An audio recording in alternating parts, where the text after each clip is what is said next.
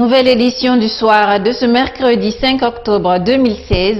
Bonsoir à toutes et à tous. Voici les titres du journal. L'accès aux circonscriptions électorales, un autre problème auquel les opérateurs de la CENI font face à Sigiri. La délégation de l'institution en charge d'organiser les élections a touché du doigt cette réalité. Vous en saurez davantage dans ce journal. Dapilon a désormais un port digne de nom. Cette infrastructure constitue la deuxième réalisée par le consortium SMB-WAP dans la préfecture de Boké. Le président de la République a procédé à l'inauguration de l'édifice hier mardi. Et puis dans le monde, la furie dévastatrice de Mathieu, l'ouragan le plus puissant de la décennie, a balayé Haïti. Le sud de l'île est coupé du reste du monde. La République dominicaine également touchée. Plusieurs États aux États-Unis ont déclenché l'alerte rouge. Bienvenue sur ce plateau de TATV. Le président de la République a procédé ce mardi à l'inauguration d'un nouveau port à Dapilon dans la préfecture de Boké après celle de Katogouma. 5 mois auront suffi au consortium SMB-WAP de réaliser cet autre port d'exportation de la bauxite vers la Chine. À sa mise en œuvre définitive en 2017, plus de 40 000 tonnes seront exportées au quotidien. Alcini Diallo pour les détails. Situé dans la sous-préfecture de Kolaboui, le port de Dapilon est une extension de celui de Katogouma. Comme Katogouma, le point de la rive de Dapilon est l'œuvre du consortium SMB-WAP. Il est géré par 3 pays, à savoir la Chine, la France et la Guinée. Cet autre port devra créer des milliers d'emplois pour la jeunesse guinéenne en général et celle de Kakandé en particulier. Pour le coordinateur du consortium, ces efforts sont un acquis des autorités. Le consortium SMB a réalisé des infrastructures aux standards d'internet niveau et aussi permis l'atteinte de nos objectifs de production. Nous avons démarré l'exploitation de la bauxite, tout en améliorant le niveau de vie du peuple guinéen. Nous avons entrepris la construction d'infrastructures telles que la route et le pont et aussi établi des partenariats avec des entreprises internationales pour assister le gouvernement de Guinée dans le développement urbain. Nous espérons et nous sommes fermement convaincus que la Guinée sera capable de jouer un rôle de plus en plus important sur la scène internationale économique à travers nos actions et nos efforts. Au cours de ces 2 ans, ce projet minier du consortium est un partenariat gagnant-gagnant et le ministre des Mines n'a pas manqué de rassurer les partenaires. Nous comptons sur vous pour l'amélioration constante des conditions de construction et d'exploitation au bénéfice non seulement de vos actionnaires, mais aussi des communautés d'accueil et de tous les acteurs, en toute responsabilité pour une exploitation durable des ressources mises à votre disposition. Nous mettrons tout en œuvre pour accompagner la réalisation des activités de ce projet au bénéfice de tous les acteurs, afin qu'il soit un vecteur de croissance économique, de développement durable et de richesse partagée pour toute la population. En inaugurant la 2e zone portuaire de Boké, le chef de l'État a invité les entreprises à une franche collaboration avec l'administration minière. Le président Alpha Condé a ensuite instruit le consortium à dédommager la population de Dapilon dans les règles de l'art. Ces projets sont le vôtre et ont besoin de votre soutien pour créer des emplois et produire les revenus que vous en espérez. L'exemple de la CMB et d'autres sociétés démontre à plus d'un titre qu'à travers les réformes engagées depuis mon élection en 2010, la Guinée est maintenant un pays propice pour l'investissement. Pour développer vos activités, vous êtes obligé de passer par des champs où les paysans avaient l'habitude de cultiver.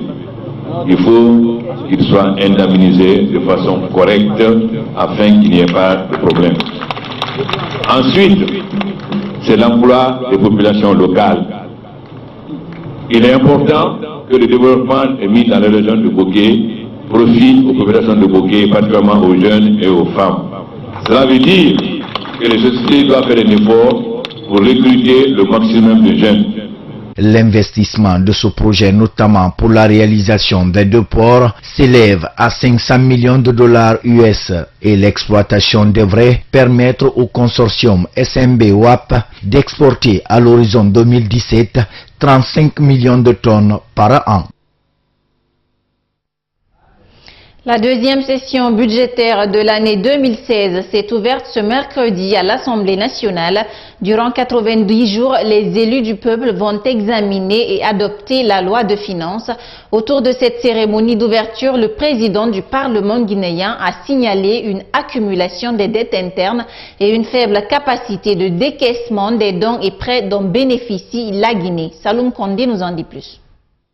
Après 3 mois de vacances parlementaires, les élus du peuple ont repris ce mercredi le chemin de l'hémicycle. Cette rentrée parlementaire est uniquement consacrée à l'examen et l'adoption de la loi de finances initiale 2017, car les attentes des populations sont de plus en plus fortes et les défis pour l'amélioration des conditions de vie de celles-ci sont énormes. La réhabilitation de nos infrastructures fortement dégradées, il nous faut agir tous ensemble, chacun dans son domaine, en prenant en main notre destin commun face à l'accès difficile du marché des capitaux et à la tendance baissière des prix de nos matières premières. Il nous faut nous approprier la mystique du travail créateur pour valoriser aussi bien les génies qui sommeillent en nous que nos immenses ressources naturelles. Tous les axes sont prioritaires. Cette reprise intervient quelques semaines après le passage des émissaires du Fonds monétaire international en Guinée. Leurs conclusions pourront aboutir à l'obtention de la 8e revue de ce programme, mais à l'Assemblée nationale on constate une accumulation des arriérés de paiement des dettes internes, ce qui peut impacter négativement sur l'économie nationale. Les discussions ont conduit à recommander la finalisation et la publication du rapport d'audit sur la dette intérieure pour que l'échéancier de remboursement qui sera défini dans le court terme produise l'effet de levier attendu pour relancer la croissance de l'économie. Les élus du peuple ont également fait remarquer la faible capacité de décaissement des fonds alloués par les bailleurs de fonds. De 2010 à 2015, seulement 45,66% des allocations budgétaires à ce titre ont été décaissées en raison des difficultés rencontrées dans la mise en œuvre et le suivi de l'exécution des projets, ainsi que la méconnaissance des procédures des bailleurs de fonds.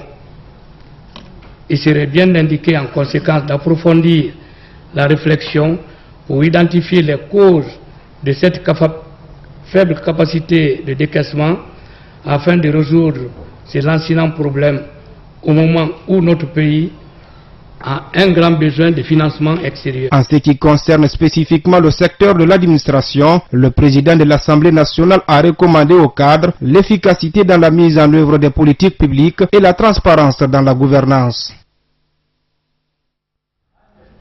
Et puis cette fois-ci, contrairement à la session des lois, le discours du président de l'Assemblée nationale a été bien apprécié par l'opposition et la société civile guinéenne. On va suivre Ben Youssouf Keïta, député membre du groupe parlementaire des libéraux démocrates, et Dr Alpha Abdoulaye Diallo, vice-président du Conseil national des organisations de la société civile guinéenne, au micro de Saloum Kondé.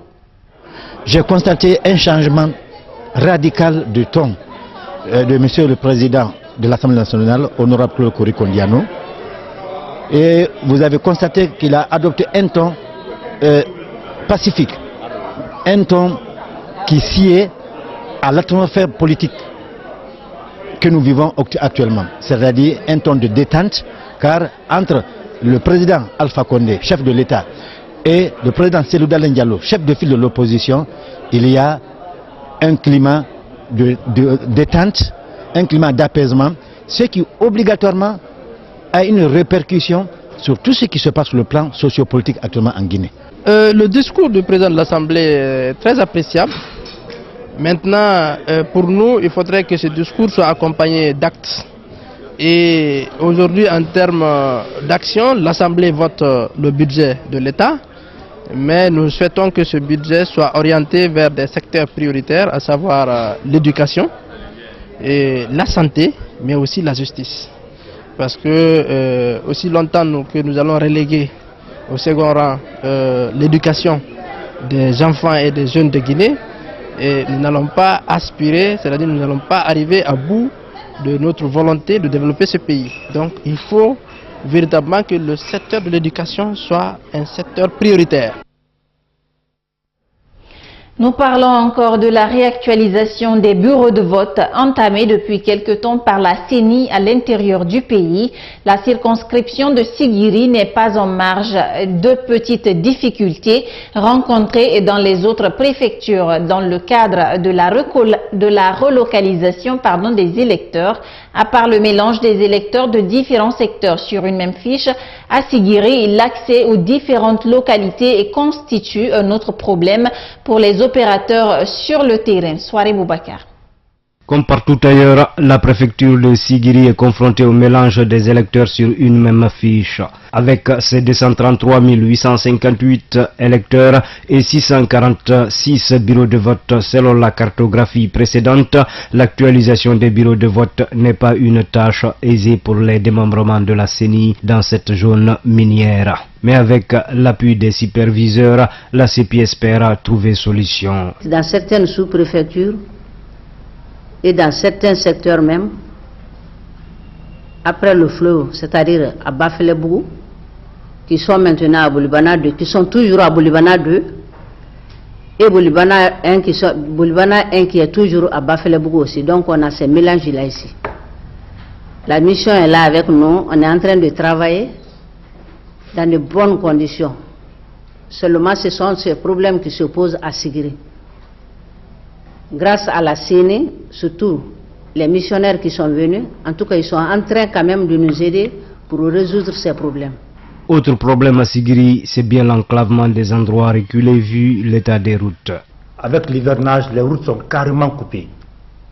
Donc les opérateurs rencontrent très souvent des problèmes d'acheminement des fiches par rapport à ces districts. Aussi, nous avons, ce n'est pas tellement, le problème est en train d'être aplani, c'est le mélange sur certaines fiches. Fort heureusement, nous avons trouvé des astuces. En majorité, c'est en tout cas dans les 5 sous-préfectures, dans les 5 circonscriptions que nous avons eu à parcourir, nous avons aplani ces difficultés. Cet exercice d'actualisation de la cartographie des bureaux de vote étant administratif et technique nécessite donc la participation de tous les acteurs du processus. En tout cas, à Sigiri, il semble être le cas. Nous participons à toutes les étapes du processus électoral, de la conception des fichiers jusqu'à la centralisation des votes. Donc à chaque étape, l'administration est impliquée. La CENI et la CEPI nous informent de ce qui est à faire au niveau de l'administration. Nous appuyons. Donc on est liés techniquement et nos assistances ne manquent pas à tous les niveaux. Chaque fois qu'on est contacté, nous faisons ce que nous pouvons faire. À rappeler que cette phase d'actualisation n'est pas une opération de révision des listes électorales, mais plutôt rapprocher les électeurs de leur bureau de vote. Une session de formation axée sur le commerce des services a été initiée ce mercredi à l'intention des cadres de l'administration publique et privée. Le but visé par ce séminaire est de renforcer les capacités des acteurs concernés afin de leur permettre d'acquérir des connaissances approfondies sur l'accord général du commerce et services, une initiative du ministère du Commerce en collaboration avec l'Organisation mondiale du commerce. Les précisions avec Oumar Sow. La République de Guinée, comme tous les pays membres signataires de l'accord général sur le commerce, dans sa politique de réglementation du secteur entend redynamiser ses services. À travers cet atelier de 3 jours qui regroupe les acteurs des départements publics et privés, des informations sur le secteur du commerce seront présentées. Cette activité est très importante parce que durant l'activité, les participants vont être informés sur les règles de l'accord général sur le commerce et services et vont également avoir des exercices matrice interactive qui pourront leur permettre de mieux comprendre cet accord général qui est assez drastique, mais qui mérite d'être expliqué en détail afin que notre pays puisse en bénéficier largement et que nous puissions mieux comprendre les règles pour pouvoir aussi les faire respecter par nos partenaires commerciaux. Pour les experts de l'Organisation mondiale du commerce, à l'issue des échanges, les participants seront outillés des techniques sur une meilleure connaissance de l'importance et la contribution du commerce et services sur l'économie nationale avec la mise en œuvre d'un programme de développement du pays. On est ici pour expliquer un peu comment ça marche, ce secteur des services, et puis voir les listes des engagements de la Guinée, etc. Et puis l'ampleur que ça peut avoir. La secrétaire générale du département du commerce exhorte les séminaristes à un débat sérieux sur les thèmes afin qu'ils soient à même de remplir leur mission dans le domaine du commerce et services. Je vous invite à vous investir activement dans les travaux de cet atelier afin d'apporter votre contribution sur les moyens d'améliorer la cohérence, la coordination et la coopération de la politique en la matière, afin de multiplier les avantages liés au développement des services et au commerce des services. De nos jours, le commerce et services jouent un rôle important dans les échanges mondiaux. D'après les statistiques, il représente plus de 70% du PIB mondial, 45% de l'emploi dans le monde et environ 40% du stock mondial d'investissement étranger direct. La remise du prix de la 4e édition Hadia Tousso du journalisme s'est tenue ce mercredi à Conakry, organisée par l'Alliance Femmes et Médias, AFEM en abrégé. Ce prix vise à professionnaliser et féminiser le monde médiatique guinéen pour la promotion de l'excellence du genre. C'est un compte-rendu de Dianka Sissé. La presse, un vecteur de développement et d'épanouissement dans la société, regorge aujourd'hui plus d'hommes que de femmes, selon Monica Curtus, présidente de l'AFEM. Pour ainsi avoir l'égalité dans ce sens, l'AFEM ambitionne de renforcer la visibilité des femmes dans les rédactions, récompenser leur encourage, leur détermination et le respect des principes déontologiques en matière de journalisme. Selon la présidente de l'Alliance Femmes et Médias, sur le terrain, le constat est alarmant. Une seule rédactrice en chef à la RKS et une seule rédactrice en chef adjointe à la Radio Nationale. Plus de 200 titres de journaux pour 0 rédactrice en chef, 0 secrétaire de rédaction.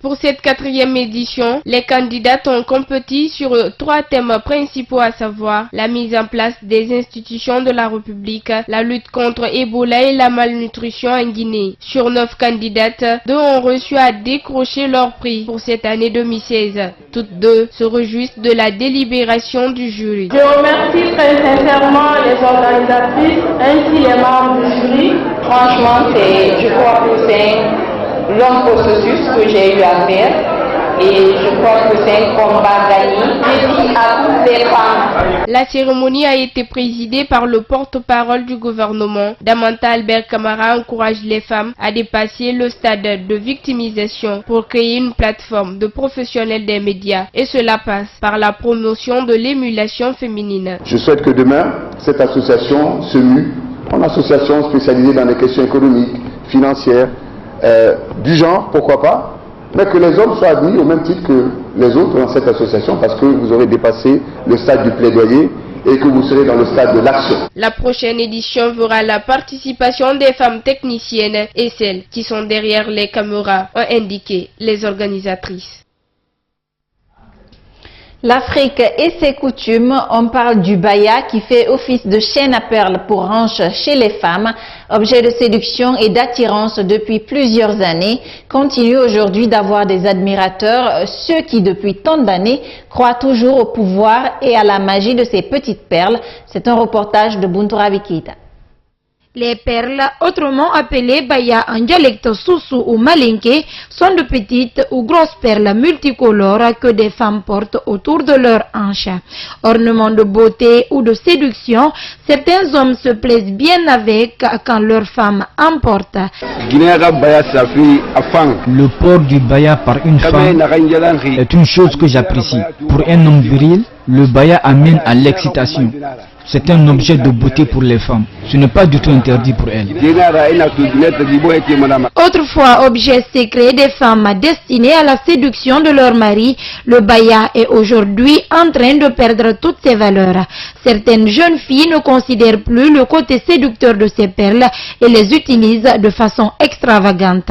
Un côté que déplore Bangali Silla. Porter le baya sur les pantalons et l'exposer n'est pas chose normale. La femme porte le baya pour séduire son mari et il ne doit être vu que dans la chambre. Et celles qui le font voir dans la rue, c'est autre chose.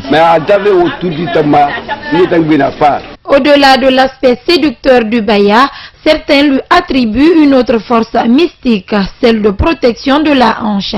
Fatoumata Souma nous confie que la hanche de la femme ne doit jamais être nue. Je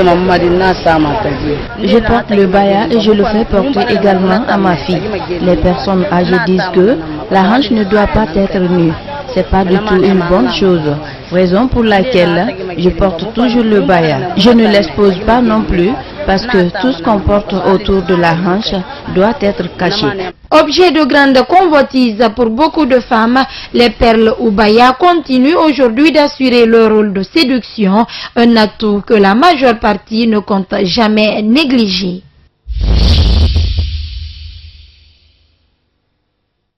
Au Maroc, jour J, vendredi, près de 16 millions de Marocains vont être appelés à élire leurs 395 députés, des législatives qui se résument à un choix, soit l'alternance libérale avec le parti Authenticité et Modernité, ou bien l'expérience islamiste qui se poursuivra. Suivez. Pas de jour de repos pour les militants du PJD. Devant l'antenne du parti, on discute bilan et campagne électorale. Dans ce quartier populaire de Casablanca, le PJD n'a pas déçu. Donc on a été séduit parce qu'on a senti la sincérité, on a senti que c'était ces gens-là qui portaient ce discours, c'était des gens sincères et qu'on pouvait leur faire confiance.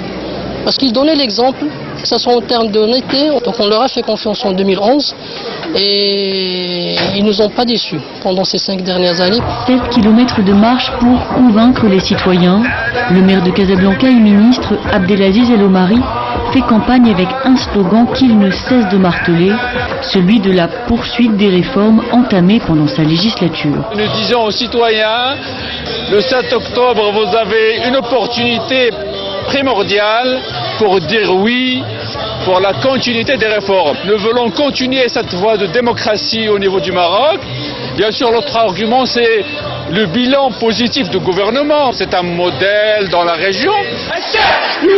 Dans les rues, la ferveur des militants met l'ambiance.